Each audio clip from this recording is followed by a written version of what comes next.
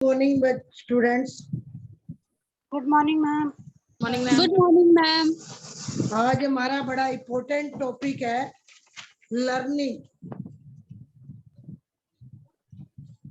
What is the concept of learning, nature of learning and explain the related factors. सीखने की अवधारणा, प्रकृति और सीखने को अधिगम को प्रभावित करने वाले कारक। मैम ये कौन से यूनिट का है? 3rd यूनिट का है।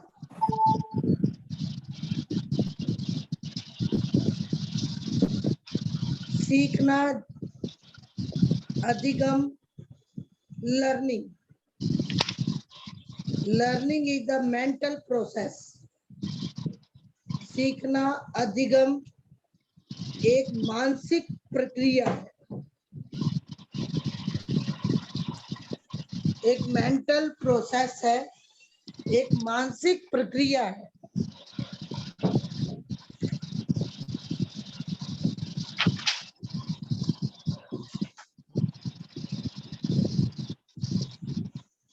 आवाज आ रही है मेरी?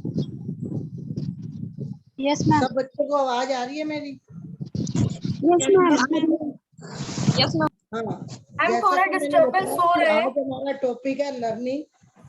मैम थोड़ी डिस्टरबेंस हो रही है। मैम थोड़ा डिस्टर्बेंस हो रहा है आपकी वॉइस के वहां से। हाँ जी, थोड़ा मैम आपके वहां से कोई साउंड आ रही है। आपको कोई बैकग्राउंड साउंड साउंड नहीं आ रही? कुछ। मैंने सारे गेट बंद कर दिए हैं। मेंटल प्रोसेस लर्निंग जो है, सीखना, अधिगम एक मानसिक प्रक्रिया है। इसकी मुख्य 2 विशेषताएं हैं। एक है सार्वभौमिक, दूसरा है निरंतरता, यानी कि यूनिवर्सल एंड कंटिन्यूअस। ये यूनिवर्सल है, सार्वभौमिक है। ये क्रिया प्रत्येक स्थान पर और प्रत्येक समय चलती रहती है।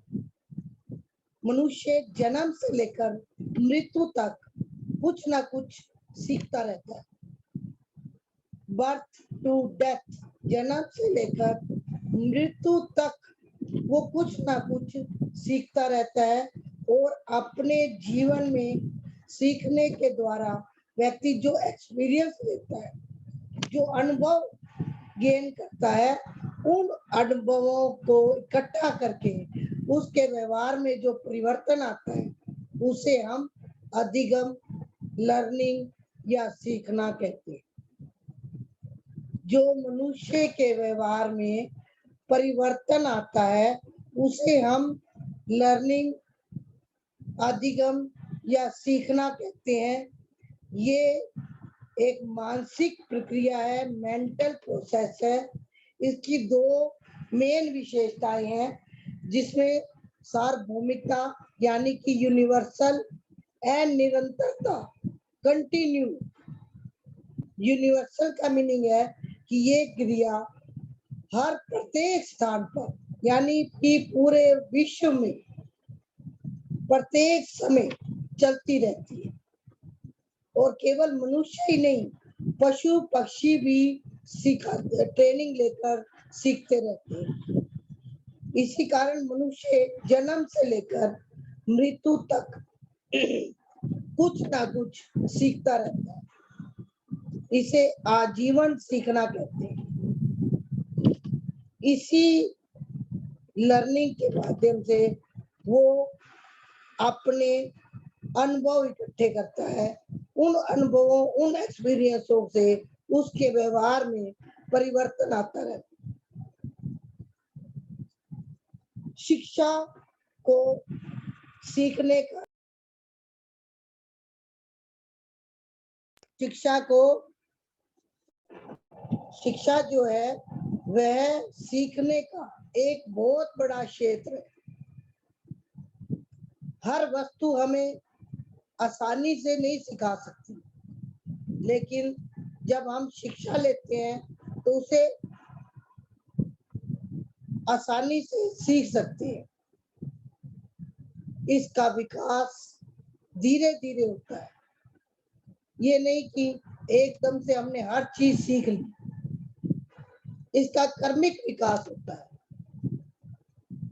यानी कि ये धीरे धीरे हम सीखते हैं, अपने अनुभव बनाते हैं और उस अनुभवों से अपनी भविष्य की समस्याओं का समाधान करने में हमें सहायता मिलती है।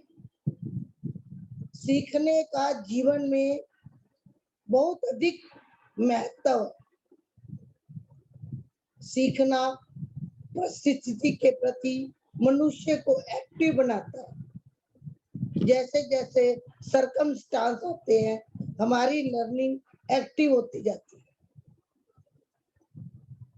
सीखना एक यूनिवर्स एक्सपीरियंस है, यानी कि learning is the universe experience. सीखना एक सार्वभौम अनुभव है। बच्चा जब जन्म लेता है तभी से सीखना आरंभ कर देता है।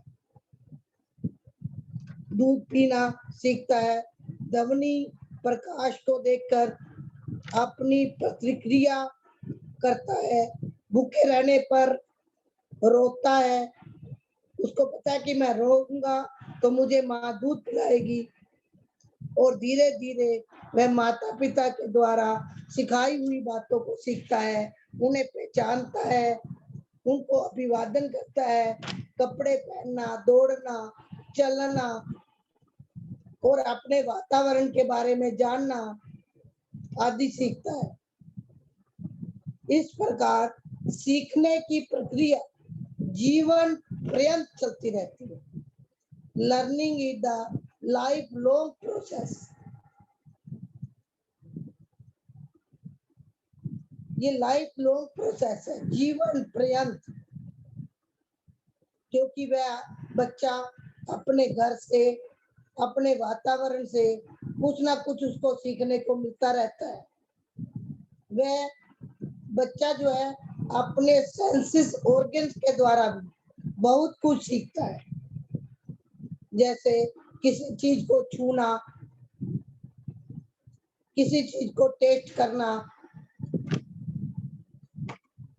जैसे अगर कोई बच्चा आग को हाथ लगाता है तो उसे जलन महसूस होती है, तो उसके बाद उसको एक्सपीरियंस होता है कि आग के पास नहीं जाना। इसी तरह से वे अपनी सेंसेस ऑर्गन, अपनी इंद्रियों के द्वारा भी बहुत कुछ सीखता है। सीखने के बारे में जो व्यवहार में परिवर्तन आता है वो एक परमानेंट परिवर्तन आता है। व्यवहार के परिवर्तन को हमेशा हम सीखना नहीं कह सकते। कई बार हम गुस्से में, बीमारी में, डर कर कुछ सीखते हैं तो वो अस्थायी परिवर्तन कह सकते हैं।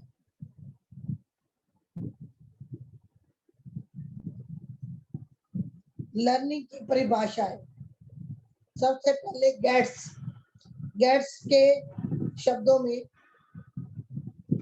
बहुत बड़े फिलोसफर हुए हैं, बहुत बड़े साइकोलॉजिस्ट हुए हैं।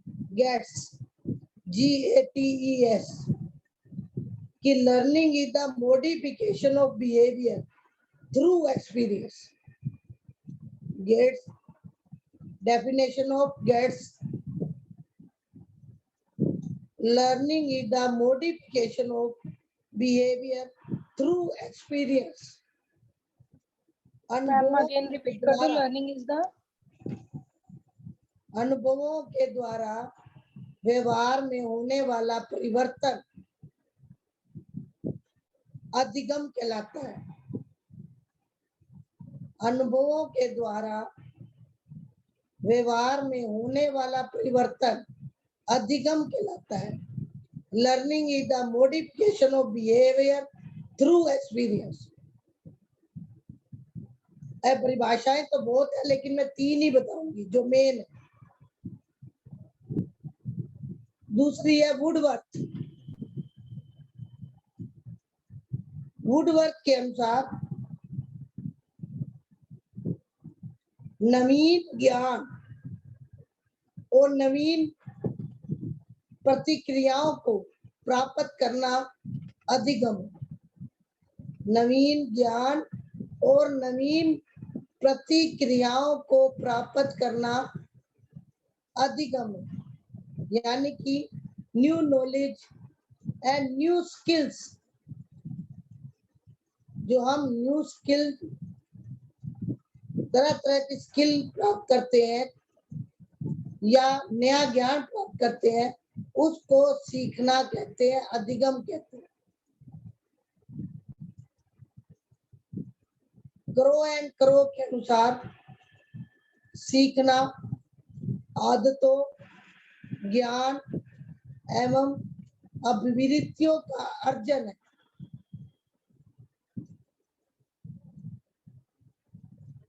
Learning acquire interest, knowledge and attitude, interest, knowledge and attitude.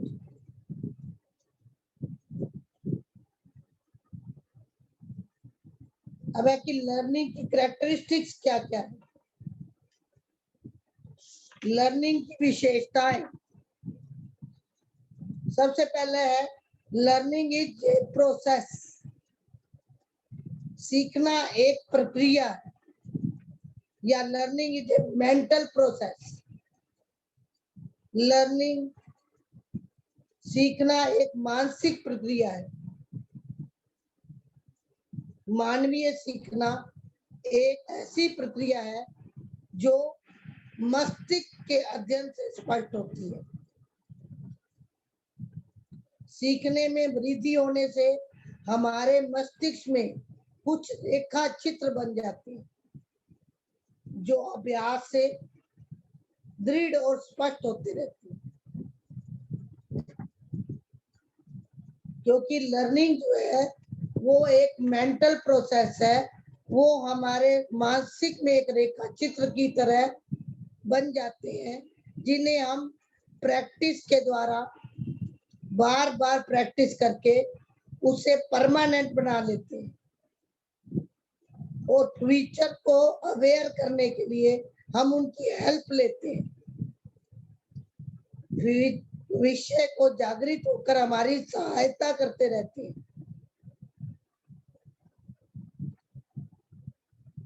Learning जो है वो एकदम से नहीं होती, ये धीरे धीरे निश्चित तरीके से उन्नति करती है। यही सीखने की प्रक्रिया है। दूसरा है learning is a goal oriented, अधिगम उद्देश्य पूर्ण है। बिना किसी उद्देश्य के कुछ भी सीखा नहीं जा सकता। सीखने के पीछे कोई ना कोई गोल छिपा होता है, कोई ना कोई गोल ओरिएंटेड होता है। जैसे आज आप मेरा लेक्चर सुन रहे हो तो इसके पीछे उद्देश्य यही है कि एग्जाम में हम इसको प्रॉपर से लिख सके, लर्न कर सके। तो लक्ष्य होना चाहिए लर्निंग के पीछे। सीखने में लक्ष्य प्राप्त करना आवश्यक होता है। बिना लक्ष्य निर्धारण में कोई भी सीखना सफल नहीं हो सकता। लक्ष्य जो है वो जीवन की आवश्यकताओं से संबंधित होता है। इसी से सीखने वाले को उत्साह और बल मिलता है, क्योंकि वो उत्साह बना रहता है। तीसरी इसकी कैरेक्टरिस्टिक्स है, तीसरी विशेषता है learning is a life long process. अधिगम जीवन पर्यंत प्रक्रिया है।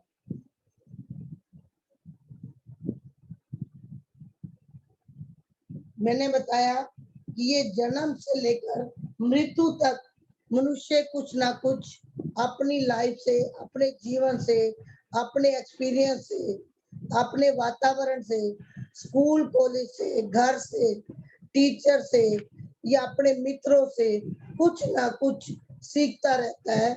और ये जीवन पर्यंत चलता है। जन्म से लेकर मृत्यु तक सीखना चलता रहता है।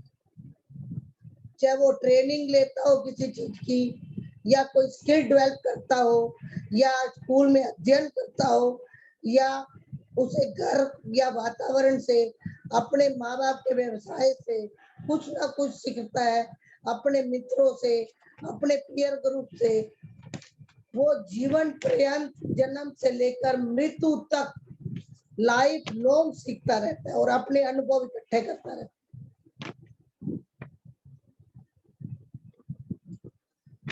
तीसरा पॉइंट है इसका, चौथा पॉइंट सॉरी, विशेषता का, learning is the organization of experience. अधिगम अनुभवों का संगठन है। अधिगम सीखना अनुभवों का संगठन है। Learning is the process, learning is the organization of experience. यानी कि जो भी हम अपने जीवन में, स्कूल में, घर में, वातावरण में, व्यवसाय में सीखते रहते हैं, उन अनुभवों को इकट्ठा करके अपने व्यवहार में परिवर्तन लाते हैं, उसे हम सीखना कहते हैं। तो अनुभवों को इकट्ठा करना, उनका संगठन करके अपने व्यवहार में परिवर्तन लाना, उसे हम अधिगम का नाम देते हैं। पांचवा पॉइंट है कि learning is a process of adjustment. सीखना जो है, अधिगम जो है, वो समायोजन की एक प्रक्रिया है। समायोजन की एक प्रक्रिया है। जब बच्चा छोटा होता है तो अपने खिलौने किसी को नहीं देता, लेकिन जब अपने दोस्तों के साथ, पीयर ग्रुप के साथ, स्कूल में उसे सिखाया जाता है कि हर काम में हर चीज को शेयर करो। परिवार में भी कहते हैं कि बांटकर शेयर करके अपने आप को रहो, उसको हम एडजस्टमेंट कहते हैं। फिर बच्चा स्कूल में, घर में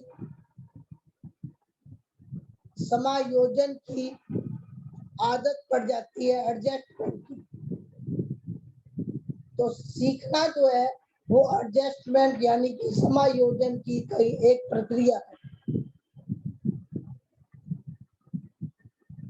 छठा पॉइंट है कैरेक्टरिस्टिक का, लर्निंग इज ग्रेजुअल। जीवन सीखना एक कर्मिक प्रक्रिया है। Learning is gradual. सीखना एक कर्मिक प्रक्रिया है, यानी कि एडोर्न करना।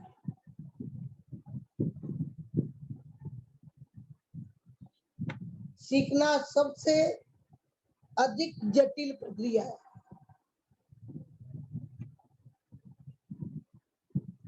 मनुष्य इसे सहज में सीखता है और उसका विकास और अभिवृद्धि अचानक नहीं होती, बल्कि धीरे धीरे सीखता है।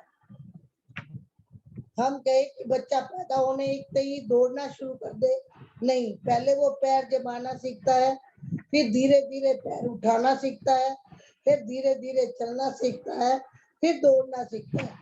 तो जो लर्निंग है वो कर्मिक है, वो ग्रेजुअल है। उसका कर्मिक विकास होता है। धीरे धीरे हम उसको सीखते चले जाते हैं। जैसे कोई मोटर चलाना सीखता है, या कोई बाइक चलाना सीखता है, साइकिल चलाना सीखता है, तो वो धीरे धीरे उसको पहले पैर चलाना, फिर उसके ऊपर बैठना, फिर धीरे धीरे पैडल मारना। तो इस तरह से कर्मिक विकास है। तो इसी प्रकार जीवन की आवश्यकताओं की पूर्ति के लिए वो अभ्यास के द्वारा अपने व्यवहार में स्थायी परिवर्तन लाता है। फिर बताती हूँ, सीखना एक सक्रिय प्रक्रिया है। Learning is active process.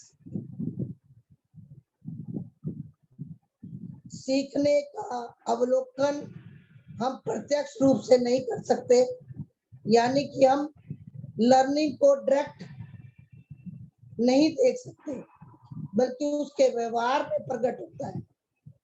जो वो बिहेवियर करता है उससे प्रकट होता है।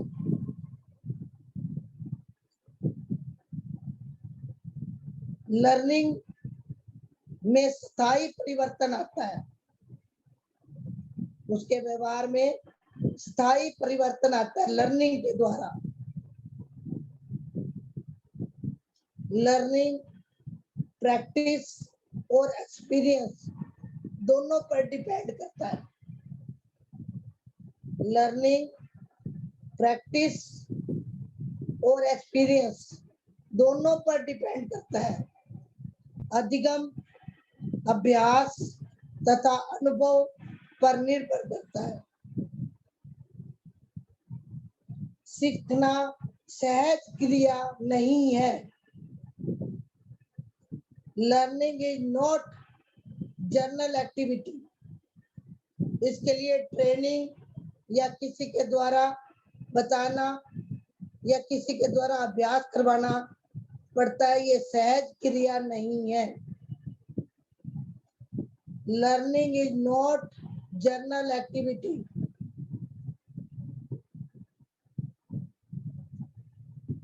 इंफॉर्मेशन, स्किल, एटीट्यूड लर्निंग के मुख्य क्षेत्र है। सूचना जहां से भी मिलती है वो लर्निंग का एक पार्ट है। स्किल यानी कि कुछ ना कुछ स्किल डेवलपमेंट करना भी सीखने का एक पार्ट है।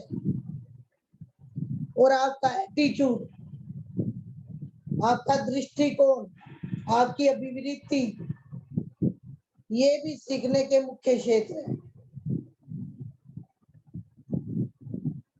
अनेक परिस्थितियों में सीखने का संबंध चेतन उद्देश्यों से होता है, ना कि सामाजिक और जैविक अनुकूलन से।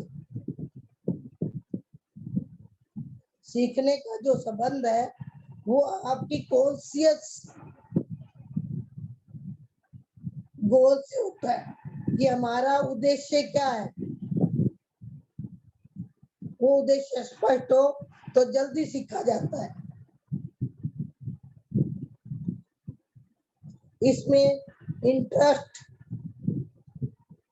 Aptitude, ability, attitude,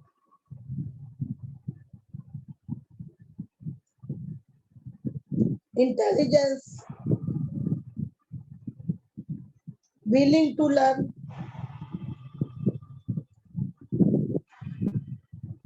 physical and mental health. यानी कि अगर आपको इंटरेस्ट नहीं है तो आप सीख नहीं सकते।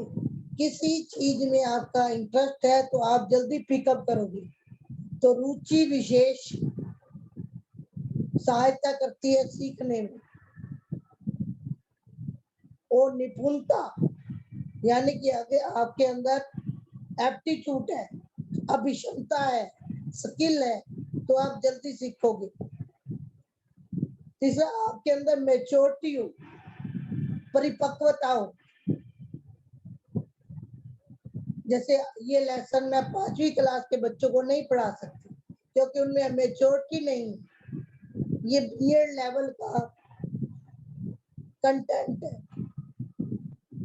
एज, आयु भी बच्चे को सीखने में सहायता प्रदान करती है। सीखना सही भी हो सकता है और त्रुटिपूर्ण। ये नहीं है कि लर्निंग हमेशा पॉजिटिव ही होती है, लर्निंग नेगेटिव भी हो सकती है।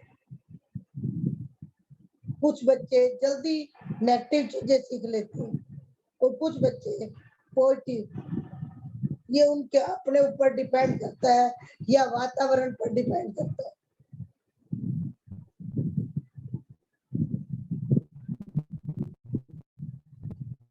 लर्निंग जो है इज ऑर्गेनाइजेशन ऑफ बिहेवियर। अधिगम व्यवहार का संगठन है।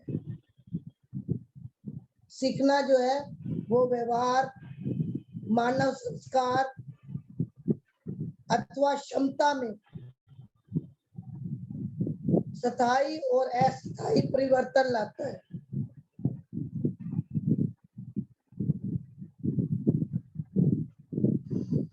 Learning is a new process, यानी कि अधिगम या सीखना नवीन प्रक्रिया की पुष्टि है।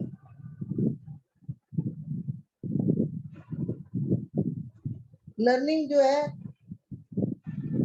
वो डायनामिक बनाता है मनुष्य को।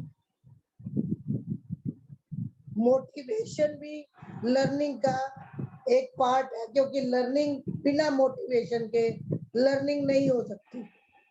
कोई भी टीचर किसी भी कंटेंट को बनाने से पहले उसे मोटिवेट करता है तो स्टूडेंट का ध्यान आकर्षित होता है।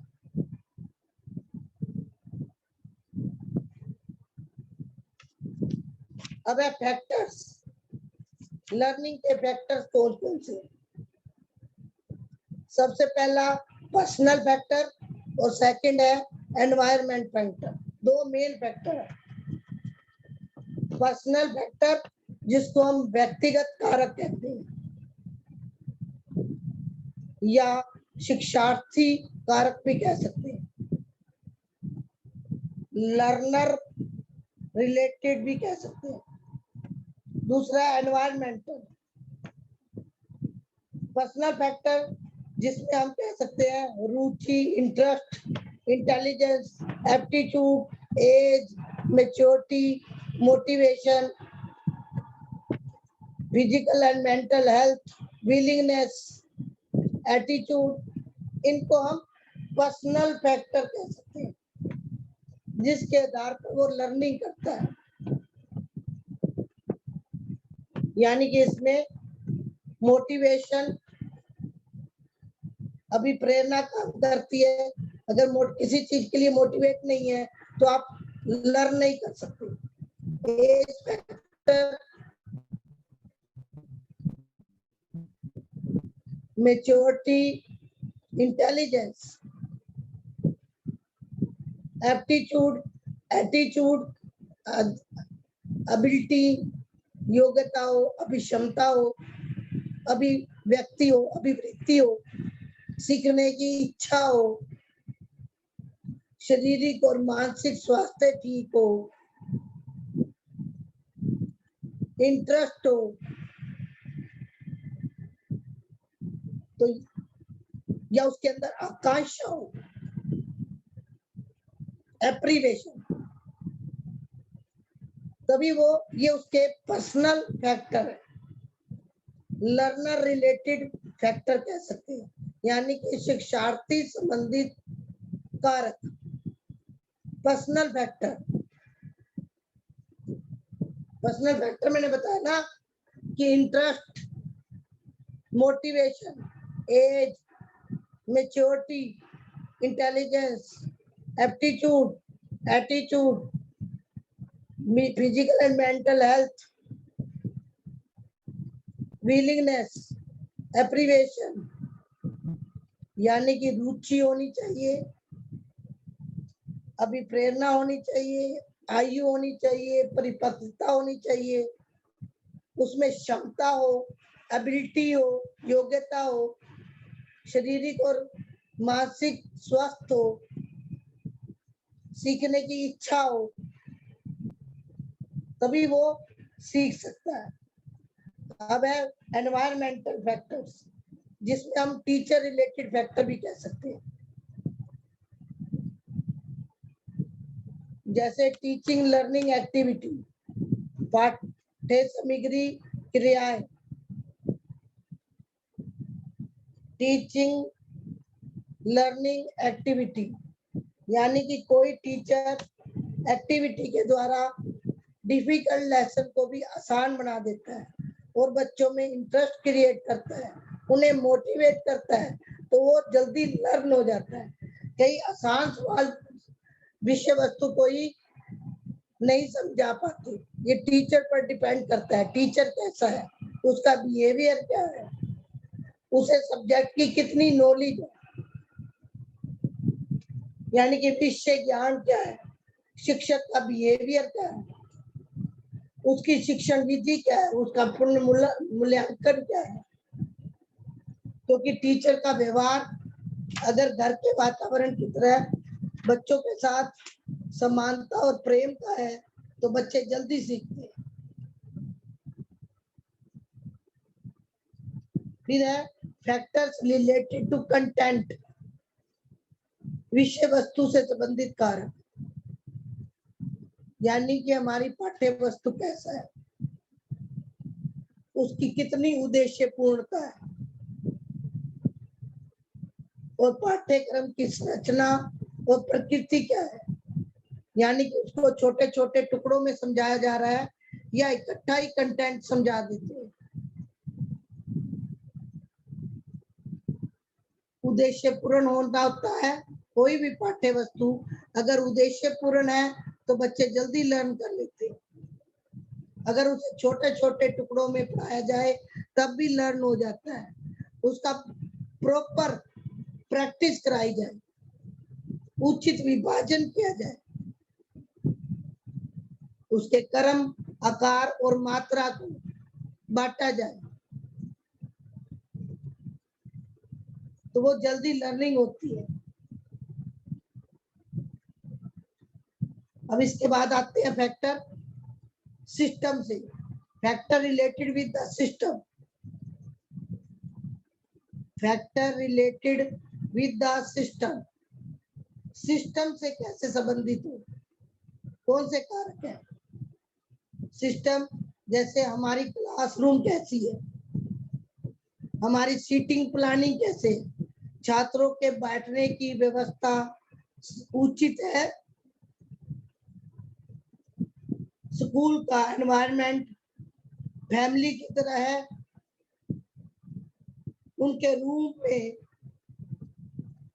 प्रॉपर रोशनी और हवा का प्रबंध है, कहीं वो अंधेरे में तो नहीं बैठे हुए, और स्कूल में उनकी प्रैक्टिकल लेने के लिए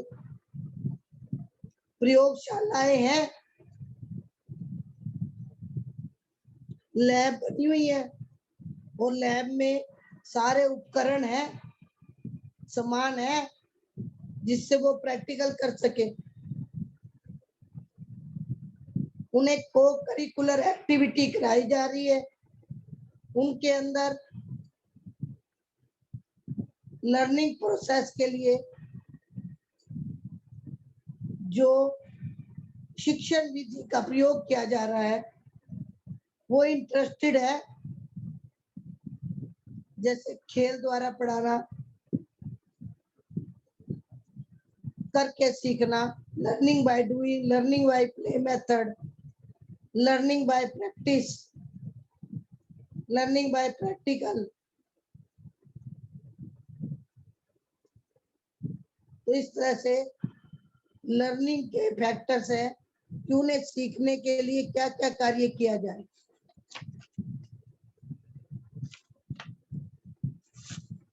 अब है काइंड्स ऑफ लर्निंग,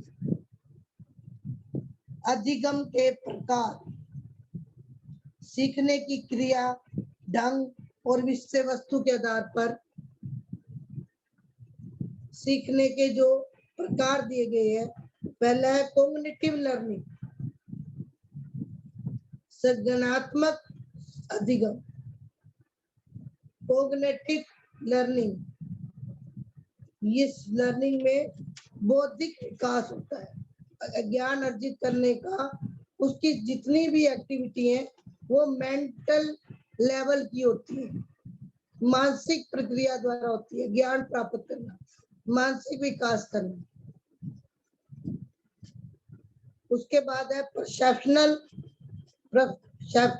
लर्निंग, जो हम प्रत्यक्ष रूप से अधिगम करते हैं।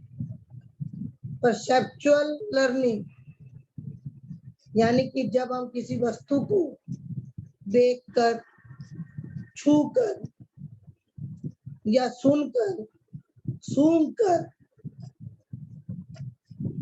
सीखते हैं उसे प्रत्यात्मक लर्निंग कहते हैं, परसेप्चुअल लर्निंग कहते हैं। ये बाल्यावस्था चाइल्डहुड में बच्चा सीखता है, क्योंकि अपने सेंसेस ऑर्गन के द्वारा वो कुछ चीजों को छूकर, देखकर, सुनकर सीखता है।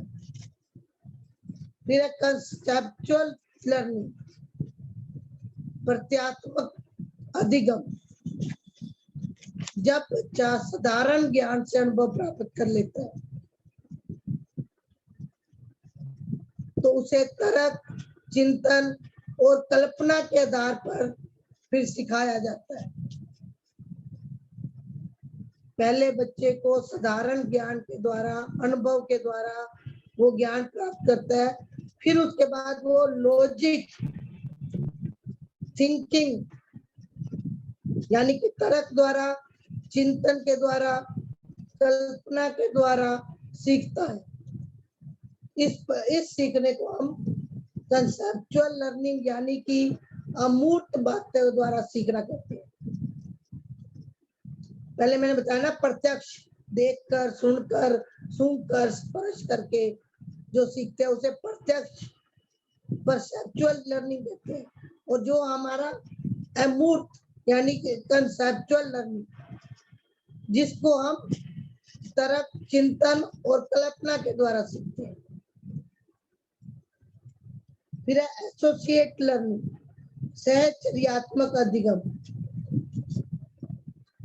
जब हम अपने पुराने ज्ञान को अनुभव के द्वारा किसी नवीन तथ्य को सीखा जाता है तो उसे एसोसिएट लर्निंग कहते हैं।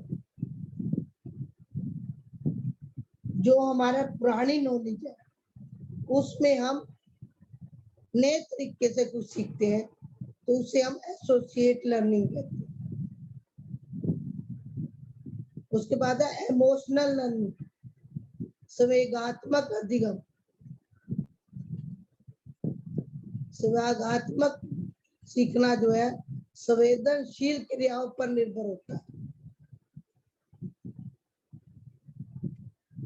इसमें किसी भी स्किल पर कार्य करते हुए, जैसे तैरना, साइकिल चलाना, टाइप करना, इस तरह के सीखने को हम इमोशनल लर्निंग का नाम देते हैं, यानी कि संवेदनात्मक, जो कि अपनी क्षमता के साथ सीखता है।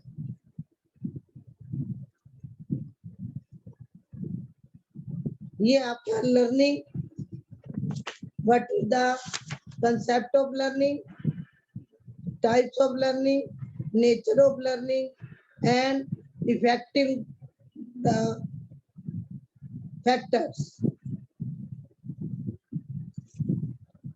किसी बच्चे को कुछ ना समझ आया हो, स्टूडेंट्स को,